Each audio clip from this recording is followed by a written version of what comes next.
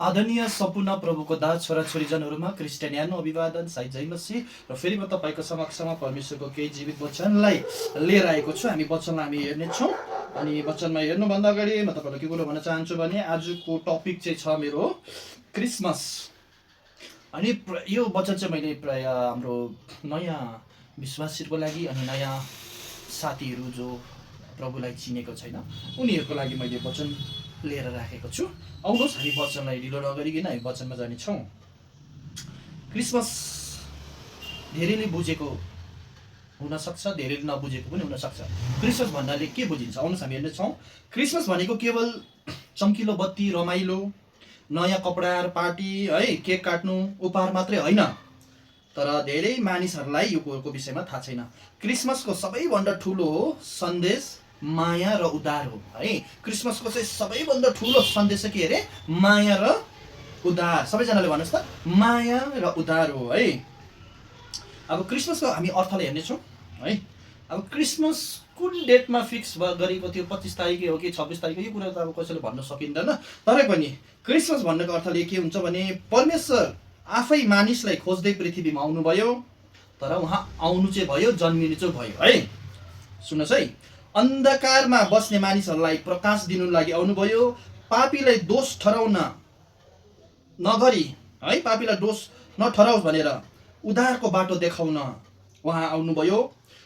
टुटेका हृदयहरूलाई शान्त र आशा दिनुको लागि उहाँ आउनुभयो। आमेन है।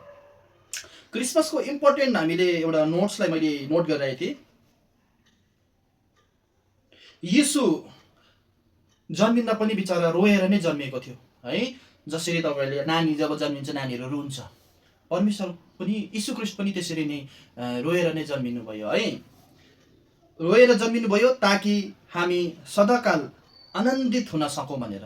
उहाँ रोएर जन्मिनु भयो ताकि हामी सधैँभरि आनन्दित भएर जिउन सकौँ भनेर उहाँ के गर्नुभयो? जन्मिनु भयो। यीशु गरिब कोठरीमा जन्मिनु भयो, उहाँ गाईको गोठमा जन्मिनु भयो, गरिबको घरमा जन्मिनु भयो ताकि हामीलाई स्वर्गको राज्य दिन सकोस् भनेर। आमेन है। यीशुले घाँसको गोठ, परालहरू, घाँसहरू रोज्नुभयो ताकि हाम्रो जीवनमा परमेश्वरको घर बनाउन सकोस् भनेर। आज तपाईँ र हाम्रो लागि परमेश्वर एउटा गाईको गोठमा जन्मिनु भयो प्रियहरू। कसको लागि? तपाईँ र मेरो लागि। उहाँ चाहनुभएको भए उहाँ आलिसान बङ्गलामा, आलिसान राज्यमा उहाँ जन्मिन सक्नुहुन्थ्यो, तर उहाँले त्यो चुन्नु भएन तपाईँ र हाम्रो लागि। ल हामी तल जानेछौँ। क्रिसमसको वास्तविक उपहार के हो? क्रिसमसको वास्तविक उपहार नै यीशु ख्रीष्ट हुनुहुन्छ। Amen hallelujah. क्रिसमसको वास्तविक उपहार के अरे? यीशु ख्रीष्ट हुनुहुन्छ। उहाँ हाम्रो निम्ति आउनुभयो। अपरिमित अनुग्रह है, निस्वार्थ प्रेम, पापबाट छुटकारा दिनलाई, अनन्त जीवनको आश्वासन गर्नको निम्ति परमेश्वर आउनुभयो। र हाम्रो क्रिसमसको चाहिँ मेन उपहार चाहिँ के रहेछ प्रियहरू? आज तपाईँ हामीले बुझ्यौँ, यीशु ख्रीष्ट नै हुनुहुँदो रहेछ है। आज धेरै संसारमा मान्छेहरूले धेरै उत्साहहरू मनाइरहेको हुन्छ, उत्सवहरू मनाइरहेको हुन्छ, तर उत्सवको मालिकलाई नै, यीशुलाई नै हामीले बिर्सिरहेको हुन्छौँ। तर प्रियहरू, बाइबलले भन्छ खालि हामीले मनोरञ्जन गर्नु मात्रै होइन, तर हामीले वास्तविकमा यीशु ख्रीष्टलाई नै हामीले के गर्नुपर्छ? उहाँलाई बुझ्नुपर्ने कुराहरू। उहाँ नै हाम्रो लागि सबै थोक हुनुहुन्छ है। हामी के गर्छ अरे? उत्सव त मनाउँछौँ, तर हामीले यीशु ख्रीष्टलाई नै हामीले बिर्सिरहेको हुन्छ प्रियहरू। हामी कहिले पनि बिर्सिनु हुँदैन। क्रिसमसले के बुझाउँछ? क्रिसमसले के भन्नु खोज्छ तपाईँ र हामीलाई भन्दाखेरि चाहिँ तपाईँ एक्लो छैनौ। परमेश्वर भन्नुहुन्छ तिमी एक्लो छैनौ, म छु तिम्रो साथमा, म आएको छु, तिमीलाई प्रेम गरेको छु, म तिम्रो क्षमा भएको छ, आशा छ, नयाँ सुरुवात गर। क्रिसमसको दिनदेखि चाहिँ हामीले, नयाँ सालदेखि चाहिँ हामीले परमेश्वरमा हामीले सबै आफ्नो पापलाई चाहिँ हामीले उहाँमाथि समर्पित गरेर, सरेन्डर गरेर हामी नयाँ हुनुपर्ने कुराहरू परमेश्वरले बताउँछ। क्रिसमसको अर्थ चाहिँ हामी बुझ्दै जान्छौँ प्रियहरू। यसै कारण क्रिसमस केवल घरमा मात्र उज्यालो बनाऊ बनाउने होइन। क्रिसमसमा हामी घर उज्यालो बनाउनु मात्रै होइन, हाम्रो हृदय पनि यीशु ख्रीष्टको प्रकाशले उज्यालो बनाउनु पर्छ। आमेन।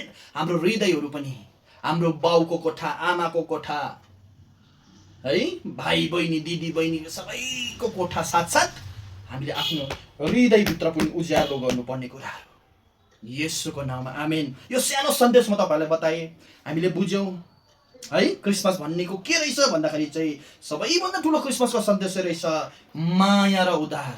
सबैजनाले भन्नुहोस् त, माया र उद्धार। हालेलुया, प्रेज द लर्ड। हुन्छ, आज हामीले धेरै कुरा बुझ्यौँ र हामी प्रार्थना गर्नेछौँ है। अनि प्रार्थना गरेर यस वचनलाई म यिनै राख्न चाहन्छु। आज हामीले धेरै कुरा बुझ्यौँ क्रिसमसको बारेमा। आउनुहोस् हामी प्रार्थना गर्नेछौँ सिधै ढिलो नगरिकन है। सबैजना आफ्नो आँखाहरू बन्द गर्न सक्नुहुन्छ।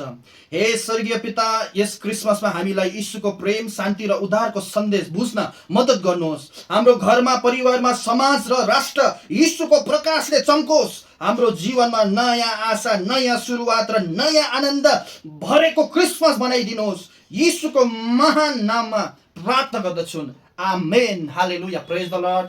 र तपाईँ सबैजनालाई क्रिसमसको हार्दिक शुभकामना है। तपाईँलाई टक्राउँदछु र भिडियो हेरिदिनु भएकोमा तपाईँलाई धेरै धेरै धन्यवाद छ। भिडियोलाई तपाईँले टक टक टक टक लाइक गरिदिनुहोस्। अनि है, यति भन्दै तपाईँ सबैजनालाई फेरि पनि जय मसीह, बाई बाई।